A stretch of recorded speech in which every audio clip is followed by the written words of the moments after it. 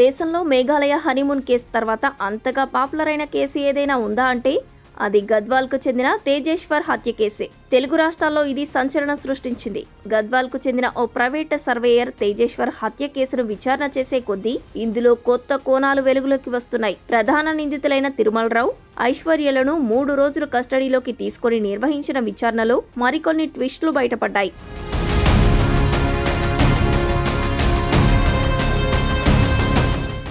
Gadwal CI వివరాల ప్రకారం ప్రియురాల్పై అనుమానంతో తిరుమలరావు, ఐశ్వర్య, తేజేశ్వర్ ఇద్దరి వాహనాలకు ట్రాకింగ్ డివైస్లు పెట్టినట్లు పోలీసుల విచారణలో వెల్లడైంది. వీరి మధ్య వివాహేతర సంబంధం కొనసాగుతున్న క్రమంలోనే ఐశ్వర్య మరికొందరితో సన్నిహితంగా ఉంటోందని, తనకు కాకుండా వేరే వారికి దగ్గరవుతుందేమోనన్న అనుమానంతో తిరుమలరావు ఐశ్వర్యకు తెలియకుండా ఆమె స్కూటీకి జీపీఎస్ ట్రాకర్ అమర్చాడు. దీంతో ఐశ్వర్య రోజు ఎక్కడ తిరుగుతున్నది, ఎవరిని కలుస్తున్నది అనే విషయాలపై నిఘా పెట్టినట్లు పోలీసుల విచారణలో తేలింది. ఈ పరికరాన్ని కర్నూలులో ఐశ్వర్య ఇంటి వద్ద ఉన్న స్కూటీ నుంచి స్వాధీనం చేసుకున్నట్లు సీఐ తెలిపారు. తేజేశ్వర్ను చంపకపోతే నీతో వచ్చేది లేదని తిరుమలరావుకు ఐశ్వర్య స్పష్టం చేసింది. దీంతో తిరుమలరావు సాధ్యమైనంత త్వరగా తేజేశ్వర్ను మట్టుబెట్టడానికి కిరాయి హంతకులతో డీల్ చేసుకున్నట్టు విచారణలో వెల్లడైందని సీఐ తెలిపారు.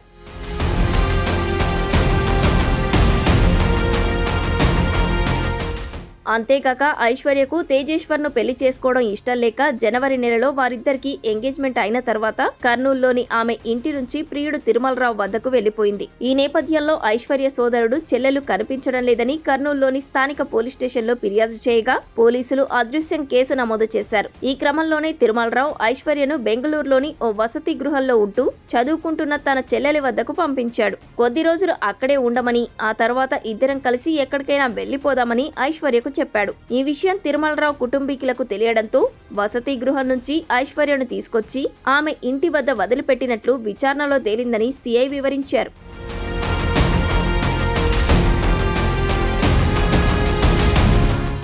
మొత్తంగా సినిమాను మించిపోయిన ఈ స్టోరీ అనేక మలుపులు తిరుగుతోంది. అయితే మరికొంతమందిని కోర్టు అనుమతితో కస్టడీకి తీసుకొని విచారించాల్సి ఉందని గద్వాల్ సీఐ అన్నారు.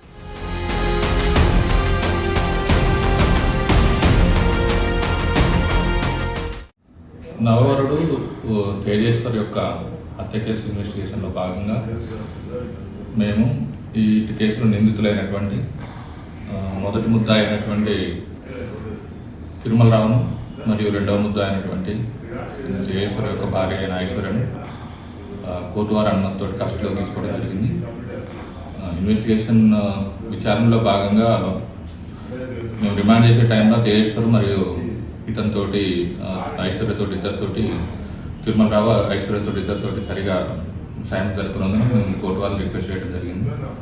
దీంట్లో భాగంగా వాళ్ళని కస్టడీలోకి తీసుకోవడం జరిగింది. గత 3 రోజులకు పోలీసు వారికి 3 రోజులు కస్టడీకి ఇచ్చారు. ఇటు విచారణలో మాకు తెలిసింది ఏంటంటే ఈ మర్డర్ కేసులో మెయిన్ సూత్రధారి అయినటువంటి తిరుమలరావు అండ్ ఐశ్వర్య ఇద్దరు కూడా తేజేశ్వర్ని చంపడానికి కారణం ఏంటి, ఒకవేళ వాళ్ళకి ఇంకా ప్రేమ ఉంటే వాళ్ళు వెళ్ళిపోయి పెళ్లి చేసుకోవచ్చు కదా, కారణం ఏంటి, వీళ్ళిద్దరిని రకరకాల కోణంలో విచారించడం జరిగింది. దీంట్లో మాకు తెలిసింది ఏంటంటే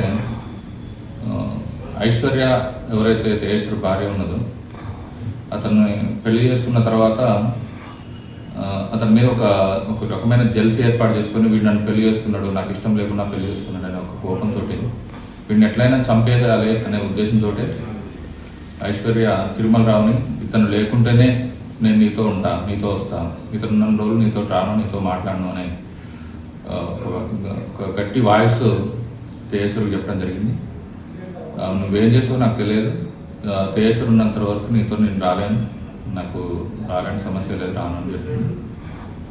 ఇక ఈ విషయాన్ని తెలుసుకున్న తిరుమలరావు ఆయనకు సంబంధించిన 4 నాగేష్ అండ్ పరమేష్ అండ్ చాకల్ రాజు అని ఒక 3 హైర్ చేసుకోవడం జరిగింది ఇతను హత్య చేయడానికి.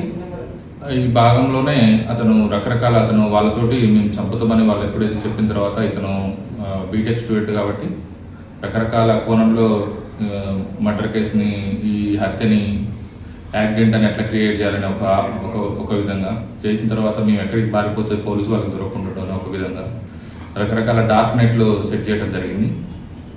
దీంట్లో భాగంగానే అతను మాట్లాడేటప్పుడు కూడా వాయిస్ రాకుండా ఉండడానికి కోసం వాయిస్ చేంజర్ అనే ఒక డివైస్ని జూన్ 3వ తారీఖు అమెజాన్ ప్రైమ్లో కొనడం జరిగింది. దాంతో మాట్లాడి ఎంతసేపు మాట్లాడినా కూడా ఐశ్వర్యతోటి ఈ మర్డర్ కేసుకు సంబంధించి ఏదో విధంగా చేయొచ్చు, వాళ్ళకి ఏదైనా అవకాశం వస్తుందా ఇంటి దగ్గర అనేది అవకాశం కోసం ఎదురు చూడడం జరిగింది. అంతేకాకుండా ఈ కేసులో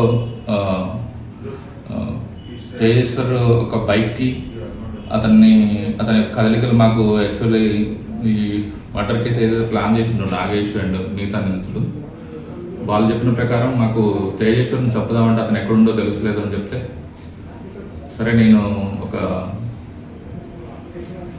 జీపీఎస్ లొకేషన్ డివైస్ మీకు ఇస్తాను, అతను ఎక్కడున్నది మీ ఫోన్లో ఉంటుంది, ఎగ్జాక్ట్ లొకేషన్ వస్తుంది అని చెప్పేసి అతను ఒక అమెజాన్లోనే ఒక జీపీఎస్ ట్రాకర్ని కొనడం జరిగింది. దీన్ని నాగేష్ వాళ్ళు అతని బైక్కి ఫ్రెండ్షిప్ చేసుకుని అతని బైక్ అమర్చడం కూడా జరిగింది. దాంతో ఆ బైక్ మీద తేజేశ్వర్ ఎక్కడికి వెళ్ళినా కూడా అతని కదలికలు గుర్తించడం జరిగింది. అదేవిధంగా సేమ్ టైంలో తిరుమలరావు అతనికి పరిచయం ఉన్న ఇంకొక వ్యక్తిని, వాళ్ళ ఇంటి ముందే ఉన్న వ్యక్తిని అతను తేజేశ్వర్ ఇంట్లో ఉన్నాడా, బయటికి పోయింది, లోపల ఐశ్వర్య ఉన్నది లేని ఒక విచారణలో అతన్ని సహకారం తీసుకున్నాడు. అదే టైంలో అంతకుముందు కూడా ఐశ్వర్యతోటి అతను కలిసి ఉన్నప్పుడు ఆమె మీద కూడా కొంచెం అనుమానం ఉండేది అతనికి. దాంతో ఐశ్వర్య కదలికలు తెలుసుకోవడానికి కోసం కూడా ఒకవేళ బైక్ దీనికి ఐశ్వర్య ఏమైనా యూజ్ చేస్తారనే ఉద్దేశంతో ఉండొచ్చు. ఐశ్వర్య బైక్ కూడా ఒక జీపీఎస్ ట్రాకర్ని అమర్చడం జరిగింది. ఆ జీపీఎస్ ట్రాకర్ని ప్లస్ వాయిస్ చేంజర్ డివైస్ని 3 జీపీఎస్ని కూడా పోలీసు వారు మేము స్వాధీనం చేసుకున్నాం. నిందితులు కొంచెం హై టెక్నాలజీ యూజ్ చేసినారు. అతన్ని సంబంధం లేని వ్యక్తులతోటి పరిచయం చేసుకోవడం, అంతేకాకుండా రకరకాల డివైజులను సెట్ చేయడం, డార్క్ నెట్లలో సెట్ చేయడం, అతన్ని చంపిన తర్వాత ఎక్కడికి పారిపోవాలనే ఉద్దేశంతో మేఘాలలో జరిగిన మర్డర్ కేసుని కూడా దాన్ని కూడా రీసెర్చ్ చేయడం, దాంట్లో పోలీసు వాళ్ళకి ఎలా దొరికారు నిందితులు అనేది కూడా విచారణ చేయడం. దీన్ని బట్టి తిరుమలరావు, ఐశ్వర్య వీళ్ళు చాలా పెద్ద ప్లానింగ్ తోటే తేజేశ్వర్ని హత్య చేయడం జరిగిందని మాకు నిర్ధారణలోకి వచ్చింది. ఈరోజుతో కస్టడీ ముగిసింది. ఈ విషయంలో మేము ఇంకొంచెం విచారణ చేయాల్సింది. మిగతా వాళ్ళని కూడా ఇంకొంచెం వేరే వాళ్ళని కూడా కస్టడీలోకి తీసుకోవడం జరుగుతుంది కోర్టు వారి అనుమతితోటి. Thank you. ఈ హత్య కేసులో కూడా ఎవరైతే తిరుమలరావు ఉన్నాడో అతను చంపేసిన తర్వాత, ఎవరో నాగేష్ వీళ్ళు అతను చంపిన తర్వాత హత్య అతని శవాన్ని చూడటం కోసం ఒక కారులో వచ్చాడు. వాళ్ళకి నిందితులకి కొత్త బట్టలు కొనుక్కొని అతని XUV300 ఒక కారులో వచ్చిండు. ఇక్కడికి వచ్చి యాక్చువల్లీ పూడూరు అది అతన్ని చంపేసి డెడ్ బాడీ ఉన్న దగ్గరికి రావడం జరిగింది. వచ్చేసి చూసిన ప్లేస్ అంతేకాకుండా అతన్ని తప్పించుకొని హైదరాబాద్లో ఈ కారు పెట్టడం జరిగింది. దాన్ని కూడా మేము స్వాధీనం చేసుకున్నాం.